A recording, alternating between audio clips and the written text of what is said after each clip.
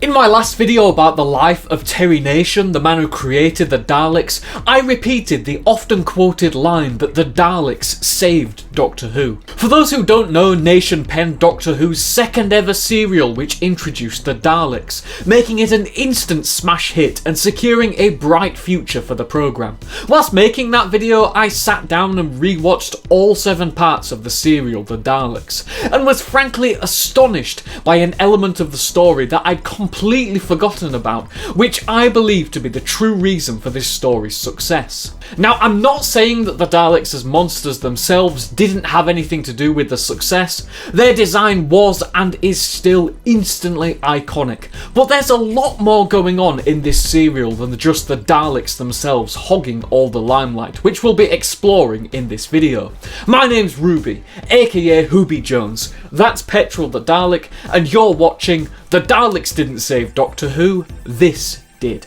To first understand what makes the Daleks so great, we must first of all see what Terry Nation inherited from the previous serial and what he was given to work with, which admittedly is harder to do now because Doctor Who's first serial, An Unearthly Child, isn't available on BBC iPlayer. VHS to the rescue. Basically, 2 school teachers, Ian and Barbara, become concerned by the strange behaviour of one of their pupils and they end up following her home. The Doctor then essentially kidnaps them against their will and drags them on an unwilling adventure, breaking everything they've come to learn about science, physics and history. The TARDIS then sets off and lands in a new location, which brings us up to speed to the first episode of the Daleks, titled The Dead Planet. The characters themselves fall into these fascinating roles throughout the serial. We've got the narcissistic and completely selfish explorer in the Doctor, who will happily sell any of his fellow travellers down the river to get what he wants. We've got our 2 captives in Ian and Barbara. They don't trust the Doctor at all,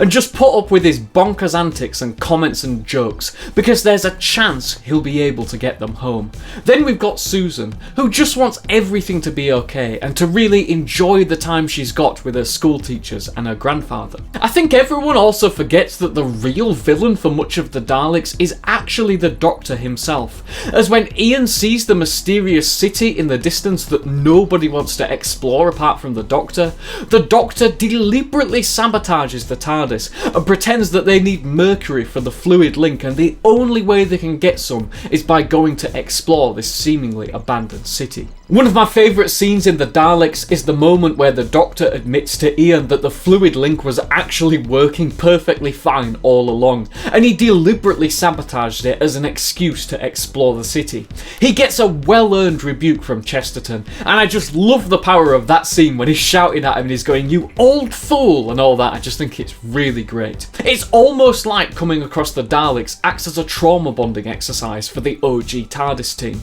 as once they've been captured by the Daleks and placed into a cell, all they've got now is each other. This absolute shift in the power dynamic with the Daleks pulling a stonking Uno reverse on the Doctor is just brilliant. He held all the cards at the start of this story, and now he's become just another powerless prisoner in this scenario. Over the course of these first few episodes, you see the 4 begrudgingly overcome their own opinions about one another simply to survive, and it's great to watch the Doctor slowly realise the great mess that he's got these innocent people into. I think Terry Nation also inadvertently invented several of the tropes which have carried on in Doctor Who to this very day with the Daleks, especially this whole concept of this super scientific and advanced yet evil beings being contrasted against a primitive tribe or a group of rebels who are the good guys and with the help of the Doctor will overthrow this ultimate evil. That whole thing of the Doctor and company being taken as prisoners by the villains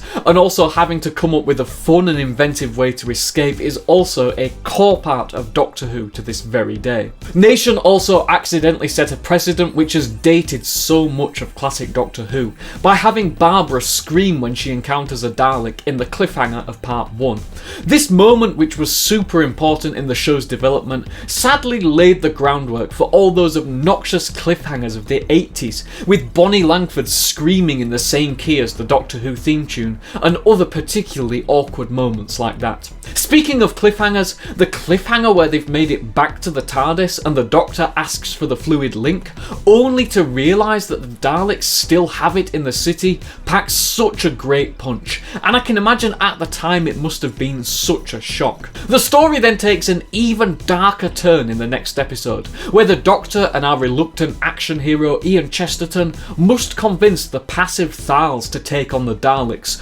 Also really that the TARDIS team can get their hands on the fluid link and escape, once again proving that the Doctor is just one selfish boy throughout this whole serial. The Daleks is often criticised for the hefty amounts of padding in the final 3 parts, and whilst I totally understand that, I've always loved these 3 episodes, as they enhance our dark character drama even more, which is what I believe made and makes this serial so special. If we pause for a minute and look at the other stories which tried to replicate the success of the Daleks, we can quickly see that there's so much more to crafting a great Doctor Who story than just having a well-designed and scary monster on screen. Take the Web Planet for example. Sure, the Zarbi and the Monoptera and all that look absolutely fantastic in promotional photos and short clips about Doctor Who, but that story lacks that basic human conflict and drama, as does even something like a future Nation Dalek story, The Chase, which has a lot more action set pieces than the Daleks, but once again is missing that core ingredient of the dark and gritty human drama which we can all relate to. I think the Doctor as a character has his largest ever arc within the Daleks, especially towards the end in the final battle, where he pauses and he is the last Dalek dying and has this priceless look on his face that says, "I got what I wanted, we escaped, but it shouldn't have involved this much unnecessary bloodshed." One of my favourite Doctor Who anecdotes from around this time is from the great Peter Purvis, who played Stephen Taylor, who got pulled aside by Hartnell to be told that he should be doing less big gestures with his arms and with his hands, and to focus all of that energy into his face because television screens are so small. And the Daleks is the first great example of the million faces and emotional expressions of William Hartnell. His little scene at the end where he says he never gives advice but then encourages the Thals to search for their truth is such a great and powerful little moment and a nice way to round off the adventure. From here on in, the first Doctor doesn't really have as much personal growth as he does in these 7 episodes, and it's only by working together to escape from and destroy the Daleks that he, dare I say, begins to like and even love Ian and Barbara as friends and fellow travellers, rather than just these unwitting hostages that he's accidentally brought with him and that he's got to take care of. Like Clara Oswald and Rose Tyler in New Who, equally Barbara and Ian have been on a similar journey of character development within this serial. They've become addicted to the danger and this sense of adventure, and a few more stories down the line you'd be forgiven for forgetting that they are on this adventure entirely unwillingly, essentially as prisoners. They soon begin to rather enjoy all the dangers and perils of life with the Doctor, as many of his companions do. That moment at the end where Barbara has to say goodbye to Ganatus is just so crushing, as you can obviously see that the two have gotten very close to each other throughout this serial. It's funny that Terry Nation's first 3 Dalek stories all have these crushing goodbyes at the end. The fact that after all this they don't at least stay around for a little bit to help the Thals or hang out is perhaps a devolution of the Doctor's arc,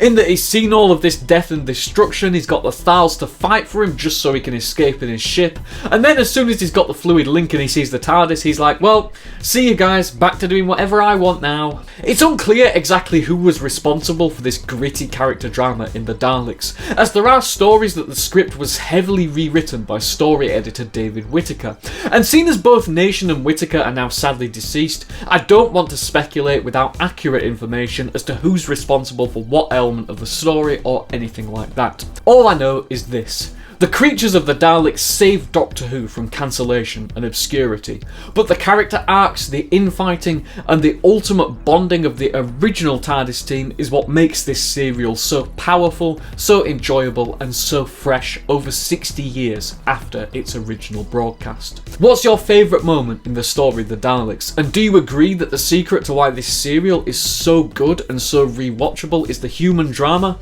Let me know in the comments below. Also, if you want to support support me to make future videos like this one, the channel also has a Patreon, where for a small price every month you can have your name in the credits of all future videos, as well as having the smug knowledge that you've helped me to blow this channel up and make more amazing Doctor Who videos for you guys. Thanks so much for watching. Don't forget to click below to subscribe to the official Who Be Jones YouTube channel.